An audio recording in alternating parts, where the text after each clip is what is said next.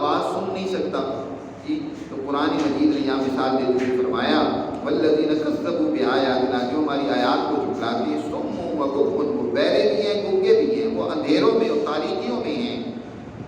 لہٰذا من یشاء اللہ یضلل، اللہ جسے چاہتا ہے اسے گمراہ کر دیتا ہے، اور اللہ جسے چاہتا ہے سیدھا راستہ بھی دکھلاتا ہے، اور سیدھا راستہ اللہ اسے ہی دکھلاتا ہے. یہ گمراہی میں مبتلا اسی کرتا ہے جو اس کے قانون کی مخالفت کرتا ہے.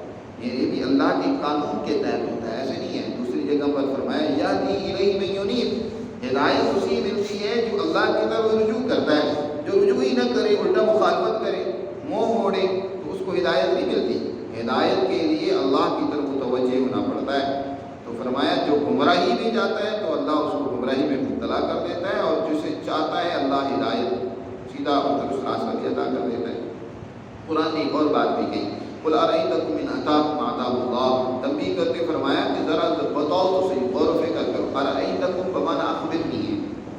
امام فرہ کہتے ہیں ارأیتک کا لفظ قرآن میں دو معنی میں استعمال ہوا، ایک ہے رؤیت عینی اور دوسرا اخبرنی کے معنی میں. تو یہاں اسی معنی میں ہے کہ تم ذرا بتاؤ غور و فکر کر کے، ان اتاکم عذاب اللہ، اگر تمہارے پاس اللہ کا عذاب آ جائے، او اتتکم الساعہ، یا گھڑی موت کی آ جائے، اچانک کسی تکلیف میں تم پھنس جاؤ، مصیبت میں پھنس جاؤ، تو اس وقت بتاؤ اغیر اللہ تکم، کیا اللہ کو چھوڑ کر تم کسی اور کو پکارتے ہو.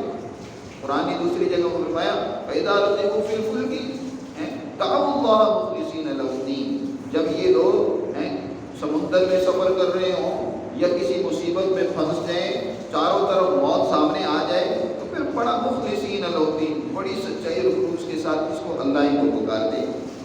تو جب انسان پر مصیبت آتی ہے تو بڑا مخلص ہو کر اللہ ہی کو پکارتا ہے. وہی بات اللہ نے یہاں سوال میں بیان کی ہے کہ بتاؤ ذرا غور کر کے کہ اگر اللہ کی طرف سے تم پر کوئی عذاب اور مصیبت آ جائے یا موت کی گھڑی سامنے آ جائے، تو اغیر اللہ تدعون، کیا اللہ کو چھوڑ کر تم کسی اور کو پکارتے ہو؟ اس وقت تمہارا ظن